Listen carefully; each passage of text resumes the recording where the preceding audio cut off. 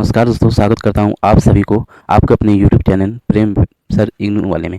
दोस्तों, आज हम लोग पढ़ेंगे पर्यावरण विज्ञान BEVE का एक महत्वपूर्ण चैप्टर का क्वेश्चन पेपर दिसंबर 2021। तो पहला क्वेश्चन है, निम्नलिखित में से कौन सा मानव निर्मित पर्यावरण का उदाहरण है? तो बागान, अभ्यारण्य और वृक्षारोपण मानव संशोधित पर्यावरण के उदाहरण है और खेत मानव निर्मित पर्यावरण का उदाहरण है। दूसरा क्वेश्चन है, संभावनावाद शब्द किसने दिया? तो संभावनावाद शब्द को ल्यूसियन फेब्रे ने दिया। तीसरा क्वेश्चन है, निम्नलिखित में से कौन सा सतत विकास के 17 लक्ष्यों में से एक नहीं है? तो आपको बता दें, सतत विकास के कुल 17 लक्ष्य होते हैं, जिन्हें अगस्त 2016 में पारित किया गया था।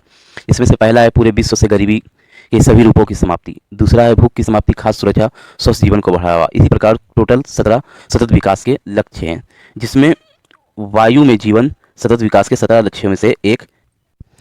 चौथा क्वेश्चन है, जन भागीदारी को कम करने के लिए सुदूर स्थानों में बैठक आयोजित करना किस प्रकार का उदाहरण है? तो ये कार्यविधिक असमानता का उदाहरण है। पांचवा क्वेश्चन है, प्रकृति के प्रति निम्नलिखित में से किस एक विचार को पितृसत्तात्मक वर्चस्व प्रणाली के विकल्प के रूप में प्रस्तावित किया गया था? तो पितृसत्तात्मक को चुनौती कौन देगा? पारिस्थितिक नारीवाद। तो इसका उत्तर हो जाएगा पारिस्थितिक नारी। दोस्तों, मैं इन सभी क्वेश्चनों का उत्तर चैप्टर सहित और पेज नंबर सहित दे दूंगा, ताकि आप लोग भी इसे पढ़कर वेरीफाई कर सकें। छठवां क्वेश्चन है, ENVIS का मुख्य केंद्र कहाँ है? तो ENVIS का मुख्य केंद्र दिल्ली में है।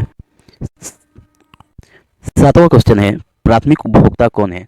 तो उपभोक्ता चार प्रकार के होते हैं: प्राथमिक उपभोक्ता, द्वितीय उपभोक्ता, तृतीय उपभोक्ता, चतुर्थ उपभोक्ता। तो पहला उपभोक्ता में आता है शाक भक्षी, द्वितीय और तृतीय में मांस भक्षी, और चतुर्थ में आता है शीर्ष मांस भक्षी। तो इसका उत्तर हो जाएगा शाक भक्षी। आठवां क्वेश्चन है, दिए गए घटक पानी में सल्फेट, अम्लीय वर्षण तथा जीवाश्म ईंधन, ये सब किसके भाग है? तो ये सब अवसादी चक्र के भाग है। नौवां क्वेश्चन है, पारिस्थितिक अनुक्रम की अंतिम अवस्था को क्या कहा जाता है? तो इसे चरम समुदाय कहा जाता है। 10वां क्वेश्चन है, पारिस्थितिक तंत्र में ऊर्जा का ह्रास किसके रूप में होता है? तो पारिस्थितिक तंत्र में ऊर्जा का ह्रास उसमें ऊर्जा के रूप में होता है जो हमें सूर्य के द्वारा प्राप्त होती है। 11वां क्वेश्चन है, विश्व स्तर पर कौन सा क्षेत्र प्राकृतिक आपदाओं के लिए सबसे अधिक प्रवण है? तो सबसे अधिक प्रवण क्षेत्र है एशिया। 12वां क्वेश्चन है, निम्नलिखित फैक्ट्रियों में से कौन सी ताज ट्रेपीजियम जोन में नहीं आते हैं? तो मथुरा शक्कर फैक्ट्री ताज ट्रेपीजियम जोन में नहीं। 13वां क्वेश्चन है, साइलेंट वैली नदी की संकरी घाटी कौन है? तो संकरी घाटी कुंथी है। 14वां क्वेश्चन है, 8000 BC के पहले करीब विश्व की जनसंख्या लगभग कितनी थी? तो 8000 BC के करीब विश्व की जनसंख्या 5 मिलियन यानी 50 लाख थी। 15वां क्वेश्चन है, शीतोष्ण पर्णपाती वनों में होते हैं? तो शीतोष्ण पर्णपाती वनों में पतली और चौड़ी पत्ती वाले 40-50 मीटर वाले ऊंचाई वाले वृक्ष होते हैं। 16वां क्वेश्चन है, भारत में टीक एवं बांस के पेड़ साधारणतः पाए जाते हैं? तो टीक एवं बांस के पेड़ साधारणतः उष्णकटिबंधीय वर्षा वनों में पाए जाते हैं। 17वां क्वेश्चन है, भारतीय घास परितंत्र में जीव सन्निधि अपनी चरम सीमा पर इस अवधि में होते हैं? तो सितंबर से अक्टूबर तक ये अपनी चरम सीमा में होते हैं। 18वां क्वेश्चन है, सरित अलवणीय जलीय पारितंत्र का उदाहरण है? तो जलीय पारितंत्र का उदाहरण है नदी। 19वां क्वेश्चन है, कीटनाशक विशेष रूप से DDT ने किसकी आबादी समाप्त कर दी? तो इन्होंने चिड़ियों की आबादी को समाप्त कर दिया, चिड़ियों या पक्षियों की आबादी को। 20वां क्वेश्चन है, विशाल भारतीय गेंडे का अस्थायी पुनर्वास बाधित हुआ था? ये किस रोग के कारण हुआ था? ये रिंटर पेस्ट रोग के कारण इनका स्थायी पुनर्वास बाधित हुआ था, वे दोबारा इस क्षेत्र में नहीं बच सके थे। 21वां क्वेश्चन है, आक्रामक प्रजातियों की समस्या बढ़ेगी? जलवायु बदलाव के कारण आक्रामक प्रजाति की जनसंख्या बढ़ेगी। 22वां क्वेश्चन है, विदेशी प्रजाति जो त्वचा की एलर्जी पैदा करते हैं उन्हें कहा जाता है? तो उन्हें कहा जाता है पार्थेनियम हिस्टेरोफोरस। 23वां क्वेश्चन है, निम्नलिखित में से कौन सी जैव विविधता हॉटस्पॉट के पदनाम के लिए एक मापदंड नहीं है? तो प्रजाति का नष्ट होना इसके लिए एक सही मानदंड नहीं है।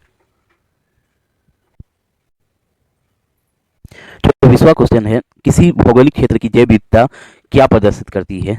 तो वो उस क्षेत्र की स्थानीय प्रजातियों को प्रदर्शित करती है। 25वां क्वेश्चन है, निम्नलिखित में से कौन सा जंतु केवल पश्चिमी घाटों में पाया जाता है? तो मालाबार ग्रे हॉर्नबिल सिर्फ पश्चिमी घाटों में पाया जाता है। 26वां क्वेश्चन है, झीलों और नदियों में जल का मुख्य स्रोत क्या है? तो झीलों और नदियों में जल का मुख्य स्रोत है वाहित जल, अफवाह। 27वां क्वेश्चन है, निम्नलिखित में से कौन सा लाल मृदा के लिए सत्य नहीं है? तो ये कपास, चावल और मूंगफली के खेती के लिए अच्छी होती है, ये बात सत्य नहीं है। 28वां क्वेश्चन है, एक जल भर होता है। तो एक जल भर चट्टानों में संतृप्त क्षेत्र और असंतृप्त क्षेत्र के बीच की सीमा होती है।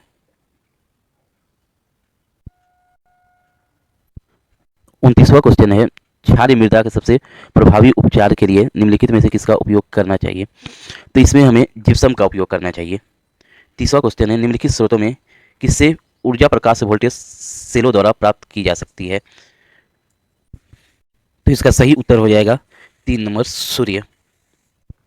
31वां क्वेश्चन है, भारत में पहली तरंग ज्वारी ऊर्जा परियोजना स्थापित की गई थी, तो इसका उत्तर हो जाएगा तिरुवनंतपुरम में। 32वां क्वेश्चन है, विश्व का सबसे बड़ा कोयला उत्पादक देश है। तो विश्व का सबसे बड़ा कोयला उत्पादक देश चीन है। 33वां क्वेश्चन है, वो अधिकतम जनसंख्या जिसे प्रौद्योगिकी के दिए गए स्तर पर पृथ्वी के संसाधनों द्वारा समर्थित किया जा सकता है, तो वो कहलाती है, वो जैव भौतिक धारण क्षमता कहलाती है। 34वां क्वेश्चन है, निम्नलिखित में से कौन सी ग्रीन हाउस प्रभाव में मुख्य योगदान देती है? तो इसका उत्तर हो जाएगा आर्गन। आर्गन मुख्य योगदान देती है। 35वां क्वेश्चन है, परावैंगनी विकिरण यूवी के लिए निम्नलिखित में से कौन सा कथन सत्य है? तो यूवीए ओजोन परत द्वारा अवशोषित नहीं होती, ये बात सत्य है। 36वां क्वेश्चन है, निम्नलिखित में से किसके कारण मनुष्य में त्वचा कैंसर और मोतियाबिंद जैसे रोग हो सकते हैं? तो परावैंगनी विकिरण के कारण ये सब रोग हो सकते हैं। 37वां क्वेश्चन है, निम्नलिखित में से कौन सा द्वितीय प्रदूषक है? तो द्वितीय प्रदूषक इन सब में से ओजोन है। 38वां क्वेश्चन है, आरएसपीएम का सामान्य दर होता है? तो इसका सामान्य दर होता है 60 माइक्रो प्रति क्यूबिक मीटर। 39वां क्वेश्चन है, किस पर्यावरण विषय को क्योटो प्रोटोकॉल में शामिल किया गया था? तो क्योटो प्रोटोकॉल में ग्रीन हाउस गैसों का निष्कासन के मुद्दे को शामिल किया गया था। 40वां क्वेश्चन है, हॉट स्पॉट उच्च के क्षेत्र होते हैं? तो ये उच्च स्थायिकता के क्षेत्र होते हैं। 41वां क्वेश्चन है, वायु प्रदूषण निवारण एवं नियंत्रण अधिनियम 1981 और 1987 के संशोधन के मुख्य लक्ष्य क्या है? तो इनका मुख्य लक्ष्य है पर्यावरणीय समस्याओं के लिए एक संकलित उपागम समक्ष करना। 42वां क्वेश्चन है, वन संरक्षण अधिनियम किस वर्ष पारित हुआ था? तो ये 1972 में पारित हुआ था। 43वां क्वेश्चन है, किस सम्मेलन में ओजोन परत की सुरक्षा को शामिल किया गया था? तो स्कॉटहोट सम्मेलन में ओजोन परत की सुरक्षा को शामिल किया गया था। 44वां क्वेश्चन है, निम्नलिखित में से कौन सा सामान्य पुण्यचक्रीय अवशिष्ट नहीं है? तो प्लास्टिक पुण्यचक्रीय अवशिष्ट नहीं है, ये विघटित नहीं होते, ये सालों तक पड़े रहते हैं वैसे ही। 45वां क्वेश्चन है, निम्नलिखित में से कौन सी अपशिष्ट न्यूनीकरण की विधि नहीं है? तो अपशिष्ट उपचार न्यूनीकरण की विधि नहीं है। 46वां क्वेश्चन है, निम्नलिखित में से कौन सा संकटदायी अपशिष्ट के निक्षेपण का तरीका नहीं है? तो निक्षेपण का तरीका इनमें से सैनिटरी लैंडफिल नहीं है। 47वां क्वेश्चन है, भारत की जैव विविधता के संदर्भ में कौन सा कथन सही नहीं है? तो भारत में 6 जैव विविधता हॉटस्पॉट है, ये बात सही नहीं है। भारत में 4 जैव विविधता के हॉटस्पॉट है। 48वां क्वेश्चन, निम्नलिखित में से कौन सा वन के पारिस्थितिक महत्व का निरूपण नहीं करता है? तो इसका उत्तर हो जाएगा सौंदर्य बोध और आध्यात्मिक महत्व प्रदान करना। 49वां क्वेश्चन है, निम्नलिखित में से कौन सा गैर लकड़ी वन उत्पाद की श्रेणी में शामिल नहीं है? तो जानवरों की खाल और हड्डियां गैर लकड़ी वन उत्पाद में शामिल नहीं है। 50वां क्वेश्चन है, किस राज्य ने सबसे पहले संयुक्त वन प्रबंधन को लागू किया था? तो पश्चिम बंगाल ने सबसे पहले संयुक्त वन प्रबंधन को लागू किया था।